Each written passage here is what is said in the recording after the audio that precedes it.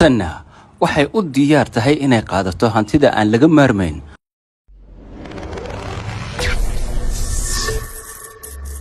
waa mid ka mid ah libaaxyadii ay ugu jeclaayeen dalxiisayaashu inay soo daawadaan ama ay soo duubaan. xag awood ahaaneed, xag qurxaaneed, xag haybad ahaaneed, intuba waa mid ay ku ammaaneen ama duubistiisuna ay ahayd kii ugu xiisaha badnaa ee ay documentary ka soo duubaan. walow sidoo kale ay ku ammaaneen dhanka reer ahaaneed inuu yahay mid aanan ka kaftamin kana tegay tafiiro badan, reero badanna goobo kala duwan ku lahaa, halka ay tani hadda lagu degsan tahay. halka tan kalena ugu hayso ubad ama ay ku tababarayso intay u dishay isla daayeerkani ku sii daysay oo ubadku kolba mic ay ku arooriyeen. dagaal ayuu ku qaaday geesimna ay iska baadhay, markana dhulka ayaa la dhigtay oo miciyada ayaa lagu arooriyay. waana qaabka ay rajaynayso inay u barbaari doonaan isla ubadkani. tanna waxay u diyaar tahay inay qaadato hantida aan laga maarmayn oo waqtigeega ay iyaduna qaadanaysaa, walow isaga deganaasha ay ka muuqato oo wax iska caabina ama hore socod ah oo intaba una samaynaynin. waad ku mahadsan tahay daawada ku xidhnaashadaadii iyo daawashada fiidiyogan. haddaad hore looga joogin hadda igu soo beer mahadsan.